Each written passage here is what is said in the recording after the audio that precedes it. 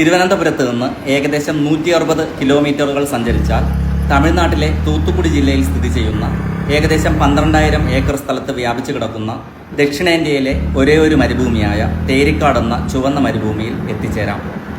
Iron ഓക്സൈഡിൻ്റെ സാന്നിധ്യം കാരണം ഇവിടെ കാണുന്ന മണൽ ചുവപ്പ് നിറം ഉള്ളതാണ്. അതിനാലാണ് ഈ സ്ഥലം റെഡ് ഡെസേർട്ട് അല്ലെങ്കിൽ ചുവന്ന മരുഭൂമി എന്ന പേരിൽ അറിയപ്പെടുന്നത്. കാറ്റിൻ്റെ സ്വാധീനത്താൽ ഇവിടെയുള്ള ചുവന്ന മണൽക്കൂനകൾ ഒരിടത്തു നിന്ന് മറ്റൊരിടത്തേക്ക് മാറിക്കൊണ്ടിരിക്കും. 1848 അന്നത്തെ ബ്രിട്ടീഷ് കളക്ടർ മണൽക്കൂനകളുടെ ഇങ്ങനെയുള്ള ചലനം കുറയ്ക്കുന്നതിനായി ഇവിടെ കരിമ്പനകളും കശുമാവുകളും വളർത്താൻ ശ്രമിച്ചതായി പറയപ്പെടുന്നു. അതിനാലാവണം മരുഭൂമിയും കാടും ഒരുമിച്ച് ചേർന്ന ഒരു വ്യത്യസ്ത ഭൂപ്രകൃതിയാണ് ഇപ്പോൾ ഇവിടെ ഉള്ളത്. ചെറിയ മുൾച്ചെടികളും കുറ്റിച്ചെടികളും പടർന്ന് പന്തലിച്ച് നിൽക്കുന്ന കശുമാവുകളും അങ്ങിങ്ങായി തല ഉയർത്തി നിൽക്കുന്ന കരിമ്പനകളും ഈ ചുവന്ന മരുഭൂമിയെ കൂടുതൽ ഹരിതാപമാക്കി മാറ്റിയിരിക്കുന്നു. ഇപ്പോഴും കാറ്റ് ഇവിടെ 25 മീറ്റർ ഉയരത്തിൽ വരെ മണൽക്കൂനകളെ സൃഷ്ടിക്കാറുണ്ട്. കാറ്റിൻ്റെ ഗതിയും ശക്തിയും അനുസരിച്ച് ഈ മണൽക്കൂനകളുടെ ഉയരവും വലിപ്പവും മാറിക്കൊണ്ടിരിക്കും. ഇവിടെയുള്ള മണൽ ആദ്യം കടലിൻ്റെ അടിത്തട്ടിലാണ് ഉണ്ടായിരുന്നത്.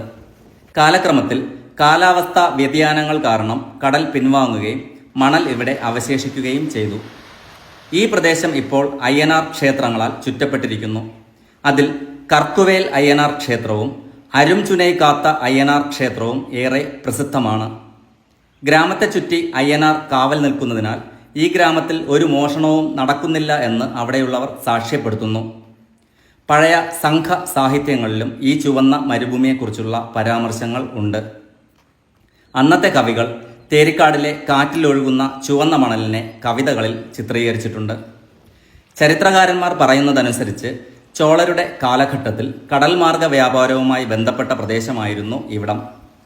പുരാവസ്തു ഗവേഷകർക്ക് ഇവിടെ നിന്ന് പുരാതന കുടിയേറ്റങ്ങളുടെ അടയാളങ്ങളും മൺപാത്രങ്ങളും പുരാതന ഇരുമ്പുൽപ്പന്നങ്ങളുടെ അവശിഷ്ടങ്ങളും ലഭിച്ചിട്ടുണ്ട്.